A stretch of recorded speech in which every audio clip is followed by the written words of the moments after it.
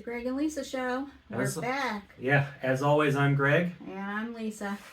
And our topic this week is finances under construction. So, Greg, what do you think finances under construction is all about? Well, I think there's a few things. I think a lot of us, have a bit of work to do on our finances. A lot of people, I think, don't know about credit when they should know about credit. Get into trouble with finances, student loans. So it's a thing we need to build back up. And also, I think it's a thing we always need to keep working on. It is, and you need to always be on top of it, because if you don't know you have a problem, you can't fix it. That is true. Yes, and so, but let's talk about finances and marriage and relationships and being single and how to kind of get yourself through all of this. Why do you think it's important that a couple works together in getting their finances in order? Well, I mean, there's a lot. It is important because there's a lot at stake. You may have kids, but finances is also one of the number one causes of divorce. I think it might be the number one. It is pretty high up there. But why do you think that, when you get married, and the Bible tells us that when you get married, the two shall become one. But why is it the two don't always become one in their finances? You're supposed to be one in everything. A lot of times, especially in multiple marriages, that finance portion stays separate. She has an account and he has an account. How's that really going to work? Well, it's not. It's certainly not as one. And it presents challenges too, because even if both members of the household are working, somebody's making a little more than the other. I mean, no one's making the exact same amount of money. I would have to think that would be extremely rare. So, challenges of somebody needs to go out and buy something. How do you get money from one place to the other? What, I thought you had this. I was counting on you having this. I didn't know this. I didn't know that. You just don't know. You can't know what you don't know. Right, exactly. And if you don't share that information, it's hard to set goals and to take care of any issues that may arise out of finances. And things always happen. Sometimes there's a loss of employment. Somebody gets sick. Somebody gets laid off. There's all kinds of things that could happen, and we need to, be prepared for those things as much as possible. When you're single and looking at your finances, you really have nobody to blame but yourself, but you still have to stay on top of it. We talked last week about how, well, not last week, but in one of those other videos we did. It's all blending. It's all blending together now. It is, but we talked about being a slave to the lender when we were talking about creditors and the creditors and everything. And it's like, it is so true. What are you working for? To pay your credit card bills, to pay this, to pay that, to pay this, pay that. And, that causes a lot of pressure and stress. And even in a cohabitation situation or a roommate situation, it seems like sometimes there's one roommate that's pulling their weight and the other one isn't. And, so you have to go back and also look at that lease and see who's going to bear the brunt of it if something doesn't get paid. So it's really important that you work together and that you plan future goals. And if you're in that finances portion where you're struggling or you have more credit card debt than you really want or loans, then you need to see where your money is going so that you can kind of curtail that or take that money that you're spending frivolously and start applying it to pay off debt. But if you don't look at your finances, you're not going to know. You have to know. And there's a lot of ways to do that. You're going to touch on one real quick, but if you're the technological person like myself, your bank probably has an app. Even if you don't have a bank account, there are apps that there's a way to do it for you. But let's talk about an easy way maybe that anybody can do. Yeah. Well, first you have to start by writing everything down. You need to have, get together, write down every bill that you have that needs to be paid. You need to write the minimum monthly payment. You need to write the payoff balance, write the dates that those payments are due. And then you need to look at your income. And when does your income come in throughout the month? Some people get paid twice a month. Some people get paid once a month. But you need to look at that. That's your overall snapshot of how much you have coming in every month and then how much you have going out every month. So you already know if your gross income, or the money you're bringing home, your net, is less than what you owe each month, you have a problem. Just like when they say in the space, Houston, we have a problem. I was going to say, I wasn't sure where you were going. Am I going to understand this reference? Am I not? I do. To quote an Avenger, I understood that reference. Yeah.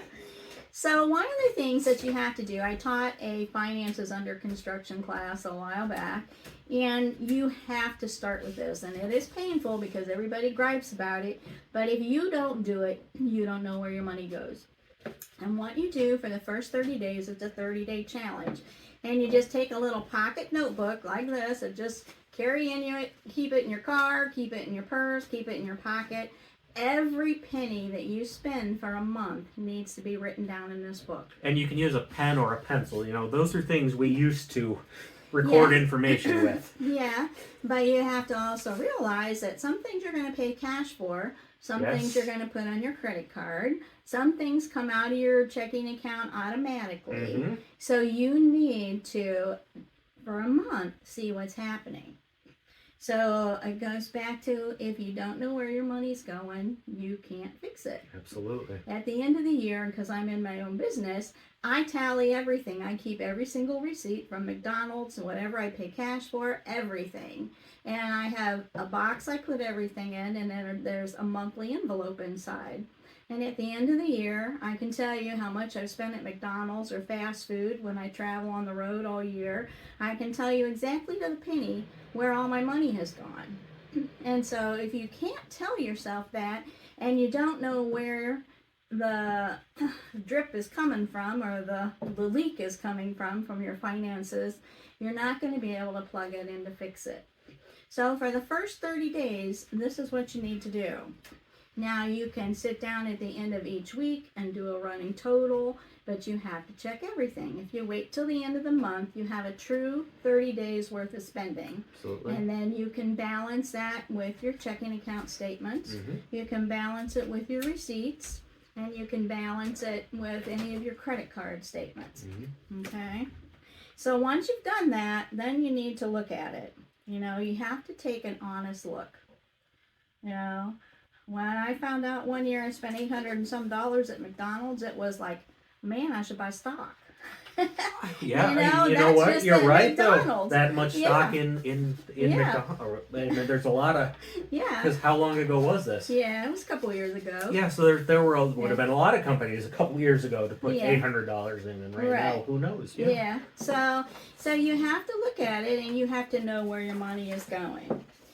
Everyone needs to be on the same page together. When you first sit down and start this, because you want to work together as a couple, you want to set goals, you want to look at paying everything off, you need to be on the same page. So you decide, what is your goal? Is your goal to pay everything off?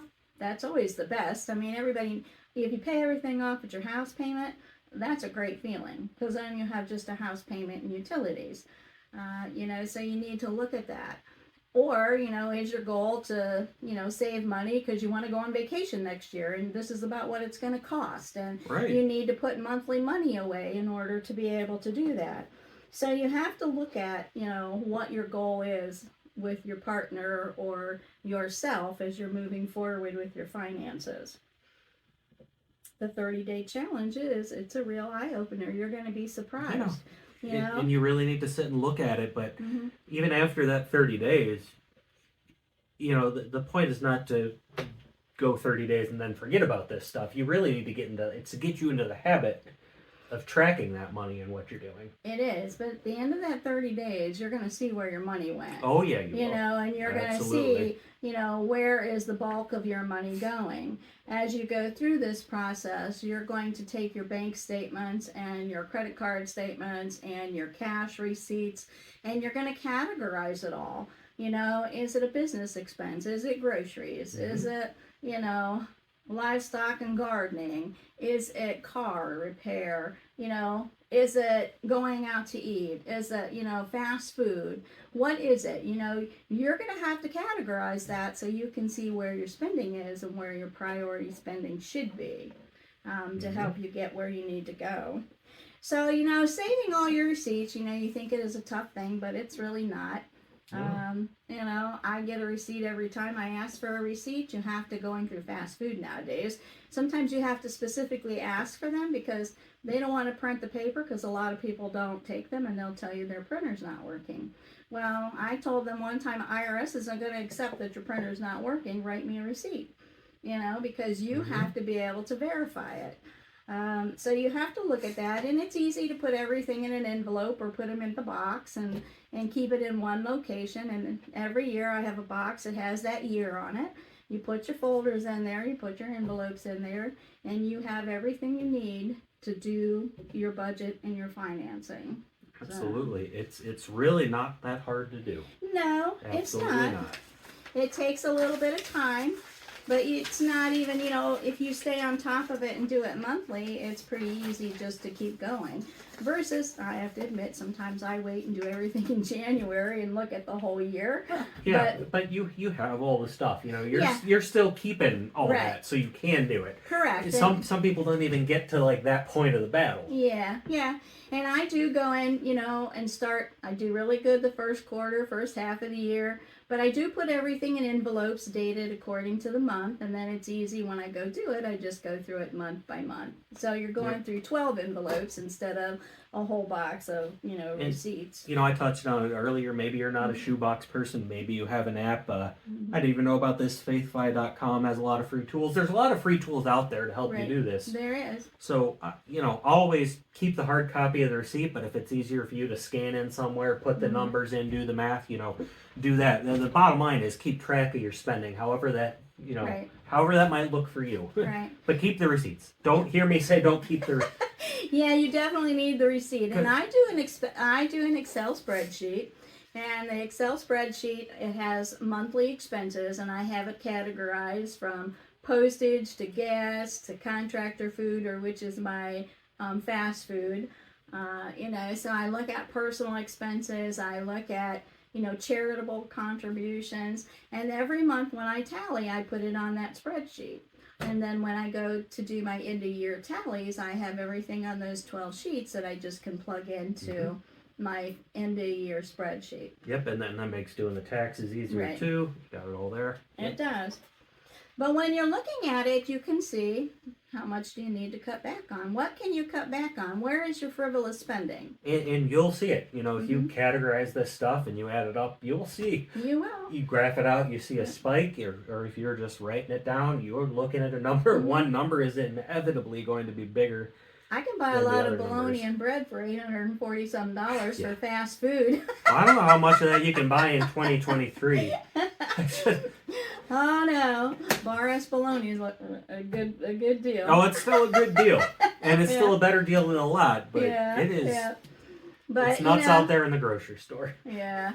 But, for me, and it's just one person, but I mean, sometimes that I do treat other people, so it's not just me. No, of course, yes. But if I was looking at it, that would be something that I could cut back on and put that money, toward a debt or a bill or a savings or an emergency investment, fund. Emergency fund, all these kind of things. Yep. So, but the goal while you're doing this and trying to get your finances under construction is not to charge anything. Don't incur any additional debt.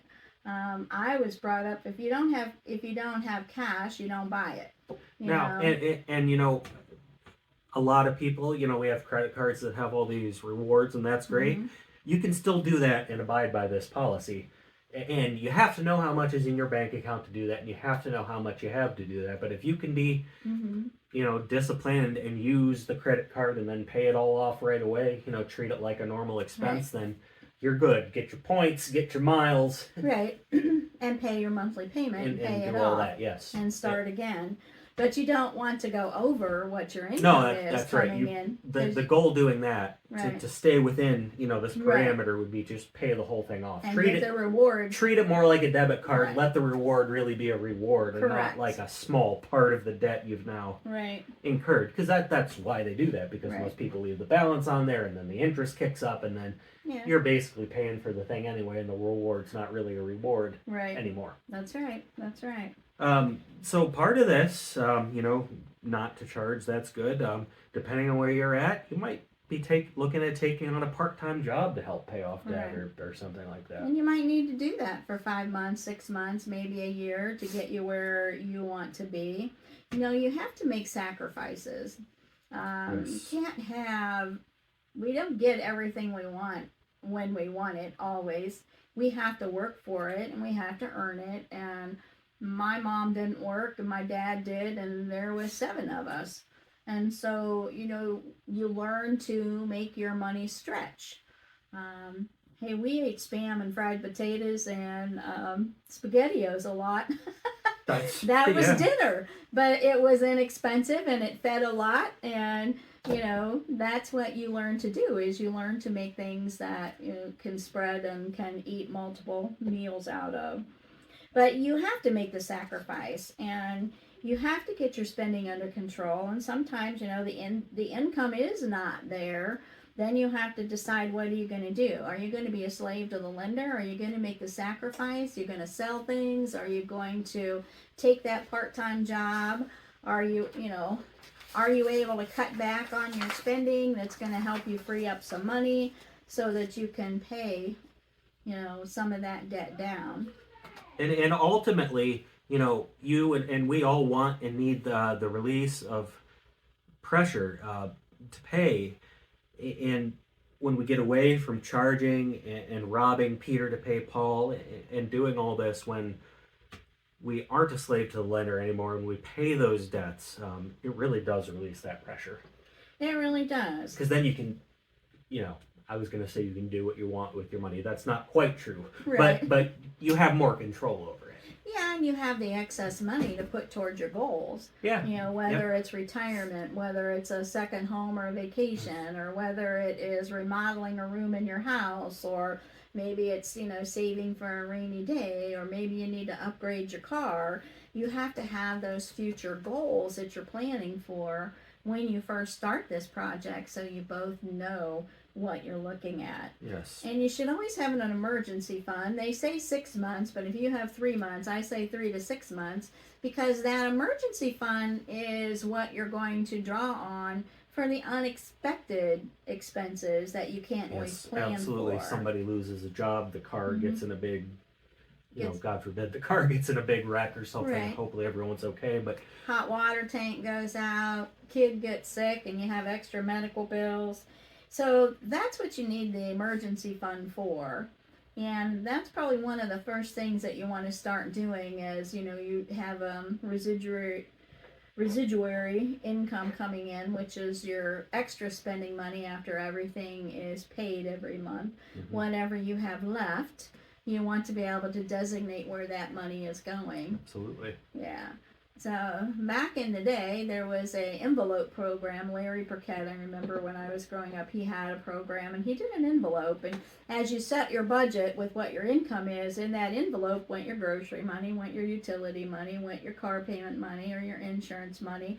And whatever money was in those envelopes, once it was gone, Mm-hmm. So there was nothing left to pull back from. And that's kind of the concept you're going to see on faithby.com. They have that envelope program, but it is on an app, so it's easy to do. Yeah.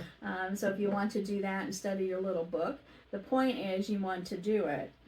So you need to take, an audit of your income and take control of your finances instead of your finances taking control of you. It's important for that to be in balance as you're out there making normal purchases, going to the grocery store. You can easily get into trouble if you don't know what's going on in that bank account.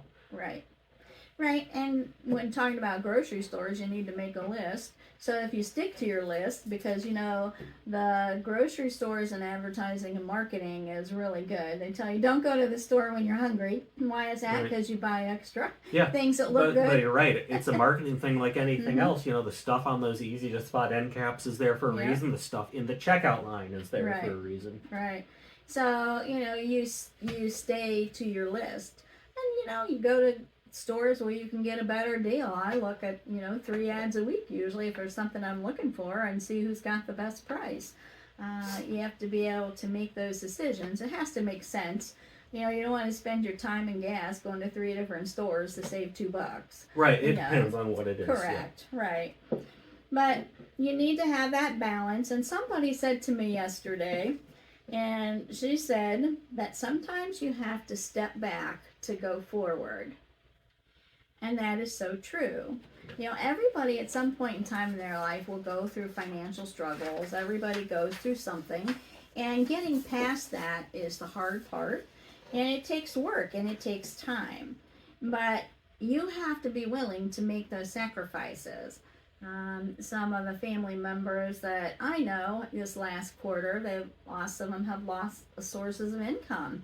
And so you have to either make up that income, or you have to find a way to make it work. Mm-hmm. So you're either going to get a part-time job, or you're going to start selling things, or you're going to make those sacrifices to get ahead, to make ends meet. But you have to look at everything as a whole. It goes back to, if you're married, you are one in your finances, and you need to look at your financial situation as one, because it takes 2 people. If you're married, there's 2 people in that household. There's 2 people spending. If you have kids, there's kids to take care of and to provide for, and it should never fall just on one person. And you can divide those tasks, and everybody needs to be in agreement, but you need to both have a full understanding of what's happening. And kind of this goes back to our estate planning one. If one of them, should, heaven forbid, get hit by a bus, and the other one has no clue what's going on and has no ability to take over anything or to talk to anybody about anything, you could be losing your house, or you could be losing absolutely. your car. If you don't know what your spouse's finances are, and like you said, God forbid something happens, right, and you don't know about this big debt they had, maybe the decision you could have made where you adjusted some life insurance, or you did something, or you started cutting back, whatever it is, you didn't have the chance to do it if you didn't know. That's right. And if you don't take the necessary steps. So you have to look at your situation. You have to ask yourself, how are you going to solve your current financial situation and right the ship? We talked about it. Is something like credit counseling necessary? Is bankruptcy maybe your best option? Some people do get in a situation where that truly is the best way to go, even though it hurts your credit for a number of years, and that depends on what situation you're in, how the court ruling goes, what type of bankruptcy. But that can still be the best. You have to be willing to do what it takes. You have to ask yourself if you're willing to do what it takes, whatever that best situation for you to right the ship may turn out to be. Right. Yes. And are you willing to do what it takes for your family and for your finances to get you where you need to be? And that is a big question. For the sake of your family and your relationship and your marriage, I would always like to think that answer is always going to be yes. Because you certainly don't want to be one of the statistics that gets divorced because of finances. That's a big statistic, by the way. It is. Last I remember, it was 50%. It's probably higher than 50%, divorce rate at this point. And like we said, a big old chunk of that is based on financial stress. It is, and it is a big issue. And so the quicker you get a handle on it, the quicker that you work together and that you make a goal and you work together, whatever it takes to make it work, the better you're going to be. But you need to finish the construction process and start building your investments so that you can get a positive cash flow. So that each month you can work less and you can enjoy your life and your family, and you can have some liquidity. Because once you start having some liquidity and you have a positive cash flow coming in every month, then you can breathe easier and you can go forward, with what your goals are and where you want to go. When you have that, Mm-hmm. and it is a luxury, right? Because I don't want to, I'm very fortunate. I don't want to sit here and pretend that, Mm-hmm. People are in a variety of economic situations. So this stuff and these things definitely look different for everyone, but Mm-hmm. you have to start by knowing it. And wherever you're at, there is absolutely a way to work on this stuff, I think. There is, and even if you think your finances are good, they could probably always be better. Well, yeah, and like you said, you write down all that spending, Mm-hmm. you categorize it, you're going to see a number that's too big, Yeah. and a lot of times that number is probably an easy number to cut back on. We talked about screen time, and Mm-hmm. I mentioned, looking at if your phone has a digital well-being section, Mm-hmm. I saw things that were easy to do. There's Right. a lot of this stuff we talk about. You Right. just have to look and know, and there are sometimes simple things, to start off, and they're not, the simple things aren't always the holistic thing you need to do, but Right. they're a good start. Right, exactly. Well, there are a couple scenarios in the Bible that We keep talking about this Bible. I'm gonna have to read one of those sometime. Yeah. I'm gonna have to get that sometime, and I highly recommend I it. do. I have like 4 of them down here, everybody. Yeah. Well, there is the parable about the talents, and Is that like America's Got Talents? no, but man, that's one of my favorite shows. No. But do you want to read this one, Greg? I will read this one. Okay, this is taken from Matthew. Alrighty. So, here we go. For it will be like a man going on a journey, who called his servants and entrusted to them his property. To one he gave 5 talents, to another 2, to another 1, to each according to his ability. Then he went away. He who had received the 5 talents went at once and traded with them, and he made 5 talents more. So also he who had the 2 talents made 2 talents more. But he who had received the 1 talent went and dug in the ground and hid his master's money. Now after a long time the master of those servants came and settled the accounts with them. And he who had received the 5 talents came forward, bringing 5 talents more, saying, Master, you delivered to me 5 talents. Here, I have made 5 talents more. His master said to him, Well done, good and faithful servant. You have been faithful over a little, I will set you over much. Enter into the joy of your master. And he also who had the 2 talents came forward, saying, Master, you delivered to me 2 talents. Here, I have made 2 talents more. His master said to him, Well done, good and faithful servant. You who have been faithful over little, I will set you over much. Enter into the joy of your master. He also who had received the 1 talent came forward, saying, Master, I knew you to be a hard man, reaping where you did not sow, and gathering where you scattered no seed. So I was afraid, and I went and hid your talent in the ground. Here, you have what is yours. But his master answered him, You wicked and slothful servant. You knew that I reap where I have not sown, and gather where I scattered no seed? Then you ought to have invested my money with the bankers, and at my coming I should have received what was my own with interest. So take the talent from him and give it to the one who has 10 talents. For to everyone who has will more be given, and he will have an abundance. But from the one who has not, even what he has will be taken away. And cast the worthless servant into the outer darkness, in that place where there will be weeping and gnashing of teeth. Now that is some heavy stuff by the end of that. It is, because, the gist of it is, he gave the talents according to their abilities. What did they do with it? And a talent form of currency, more like a Right. gold piece of silver. I don't know exactly what it was, but think of it Yeah. like coins. Yeah. But, the theory of this was that, the parable is that, everything that we have, belongs to God. Absolutely. And God, gave it to us, and we are entrusted into it while we are here on this earth. And so what we do with it, has a big impact.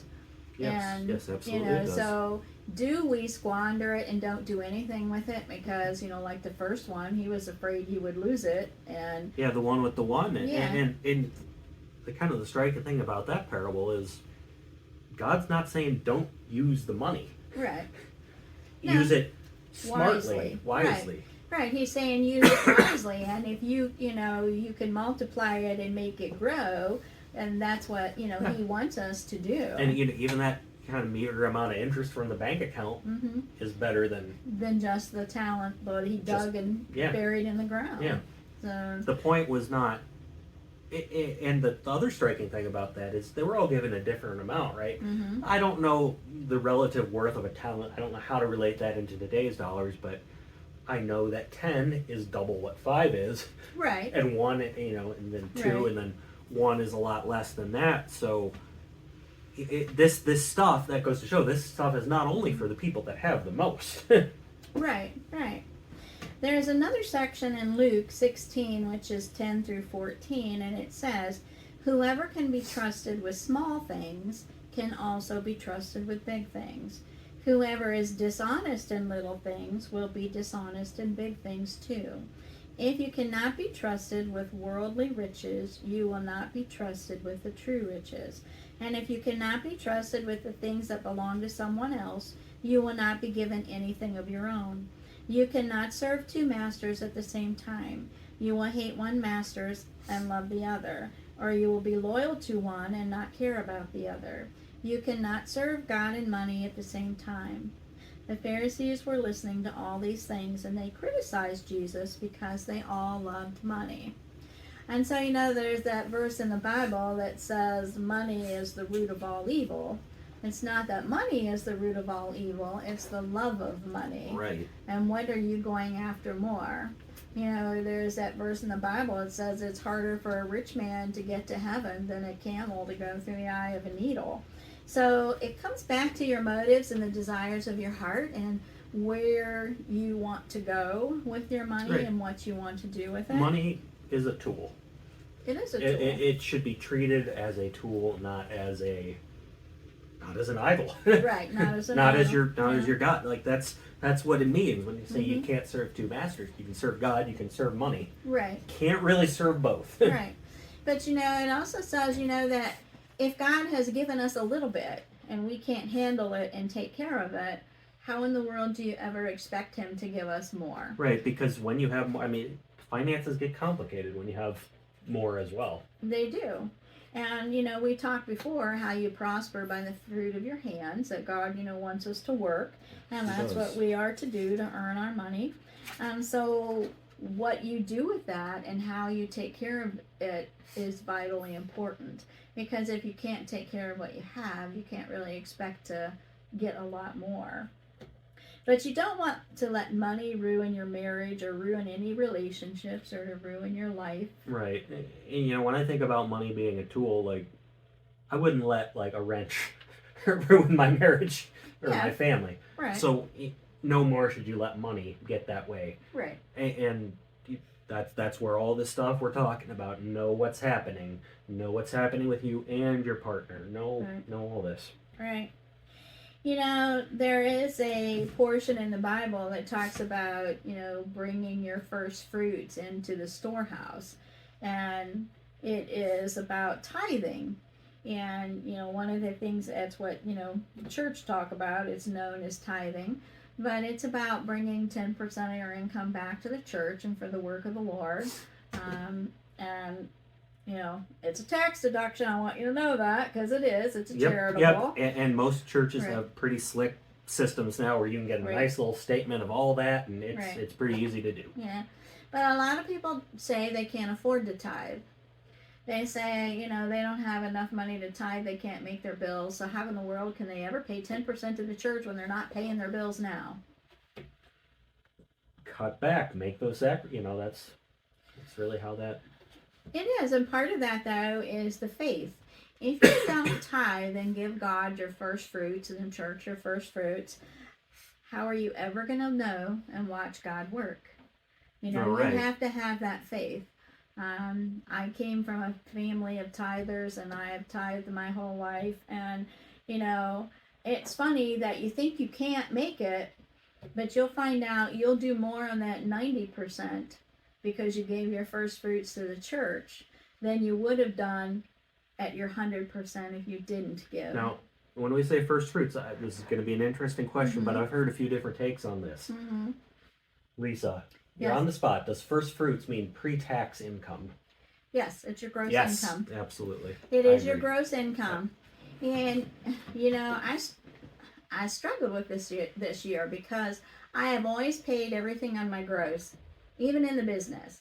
And so I never took out expenses. If I got a receivable came in, I tithed on 100% of that.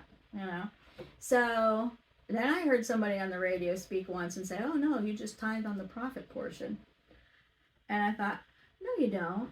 You tithe on all of it." Yeah. Now we say all this. A lot of people have not done this. A lot of people have been hurt by the church, and we've all obviously seen these ads about sending in $1,000 for some Right. sort of prayer hanky or some sort of supposed Yeah. holy water. So that's not the type of stuff we're talking about. You Right. you have a responsibility to God, right? But the church also has a responsibility to God. So you need Right. to be sure that yes, you should tithe, but also make sure you know that it's Right. going to a good place, and you're not doing something where you're being abused by it. Right. And if you do donate to a charitable organization, you need to do your homework. I don't like it when I contribute and then I get inundated with mail and emails, and I give when I feel like God is wanting me to give. Other than to my church, I give regularly. But if I'm giving extra, then I want that to be God to lead me to do that. Yeah, absolutely. Yeah. And so, but you hear it on Christian radio, and you hear it, if people want you to donate money, then they should tell you right up what percentage of that money goes to that ministry. Yeah, and because it's about the honesty of it, because I think we all know, and if our people up front with us can accept that, yeah, sure, a certain portion needs to go to administrative type of things, and right. the nonprofits don't usually have to pay taxes, but there are expenses and things that have to go on. There are, but you need to be upfront about it. Yes. Because there are a lot of nonprofits out there that they're making a ton of money, and just a little bit of the money is going to help the people. And even as we talked about, everything that we have, God has given us and has entrusted to us, and so it is our responsibility, if we give to a charitable organization, to do our homework to make sure that they are spending the money wisely the way God would want it to be spent. And that upfront piece of it is a big thing to me, and I'll just use some numbers I make up in my head, but I would rather have somebody be honest with me and say 20% of it's going to go to administrative stuff, and they're going to spend 80% to whoever they're serving, versus somebody say, "Oh yeah, we're going to give everything to people we serve," and then I find out, well, no, 10%'s going. Even though that number is bigger, I at least know somebody's being honest with me, and I know. Right. Right up front what's happening. Right, and the Bible says, God loves a cheerful giver. And so we have to be cheerful about it. If your motives are wrong, like you're just going to give because, God's going to bless you tenfold, that motive in your heart is not right. Yeah.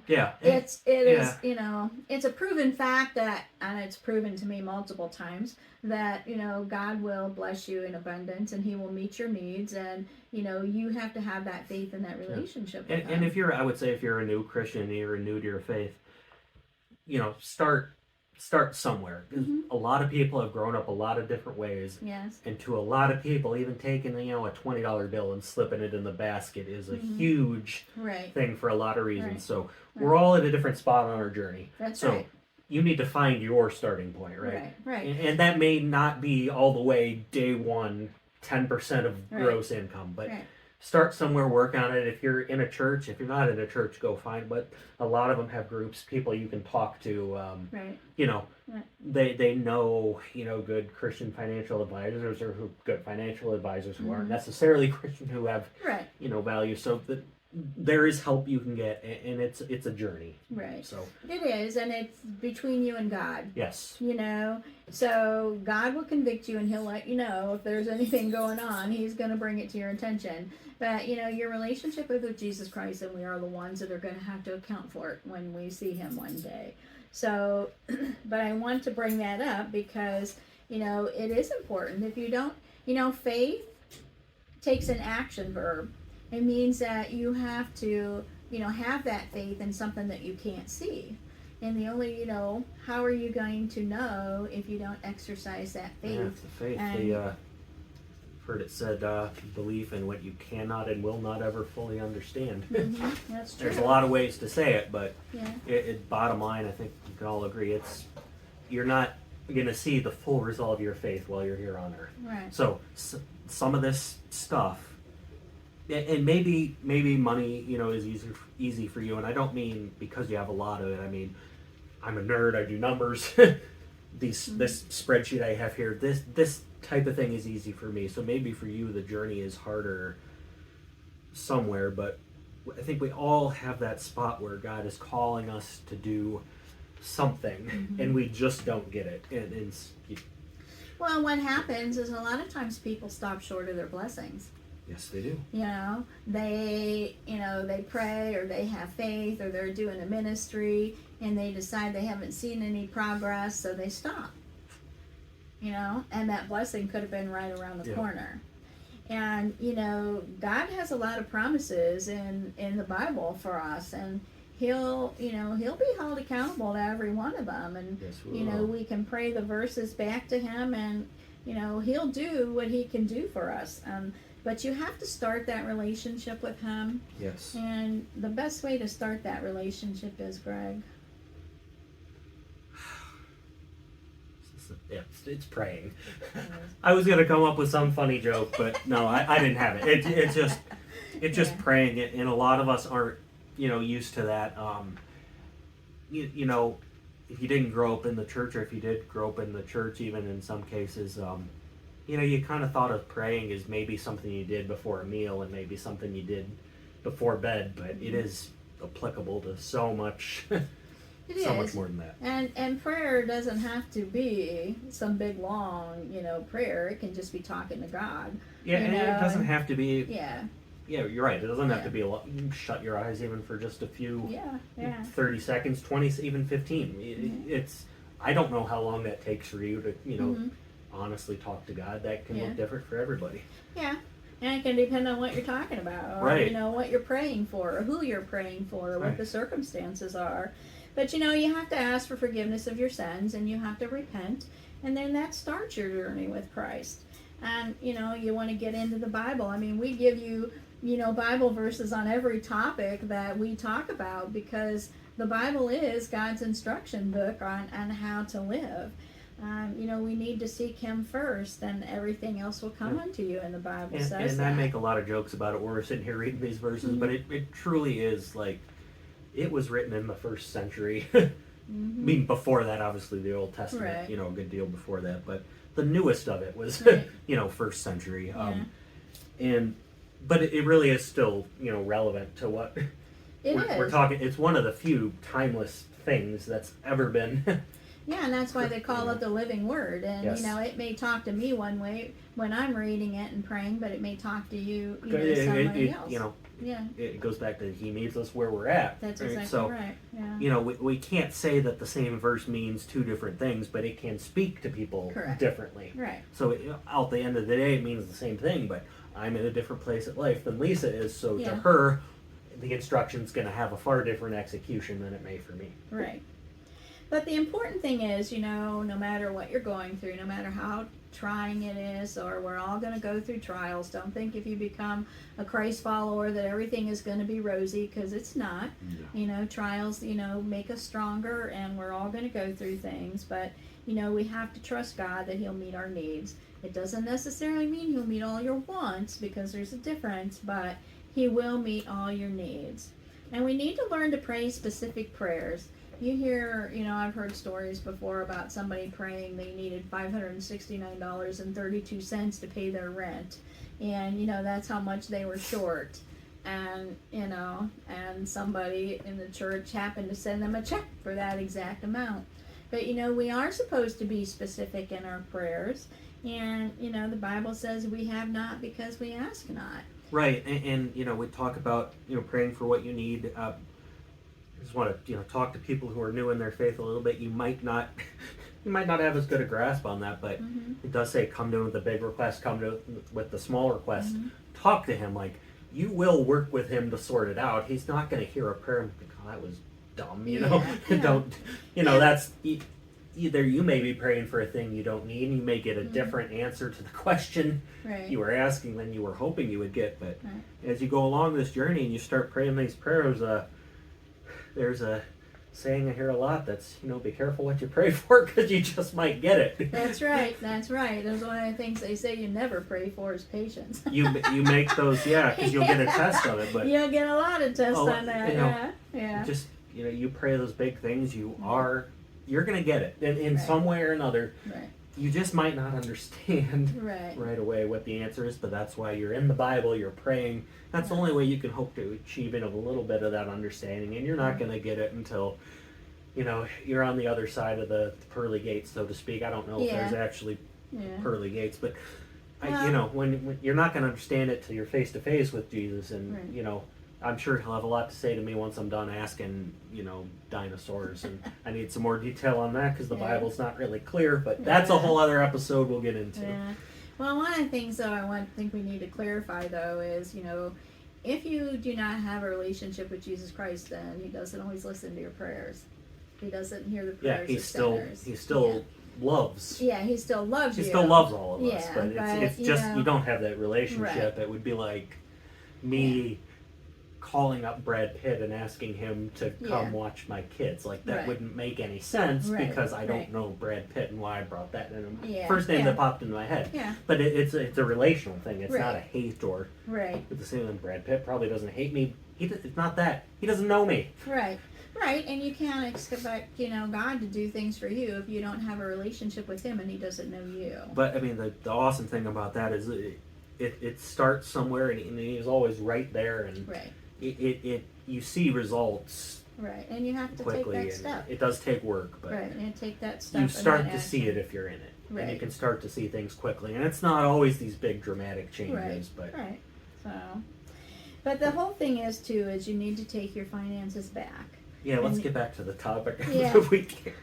Well, because prayer is a lot about your finances. prayer's When a you're lot about having it. challenges, yeah, It's almost like prayers about everything. it really is. So, but take we take do. those finances back. Right. Absolutely. And let God help you rebuild your financial lives and get you back on track.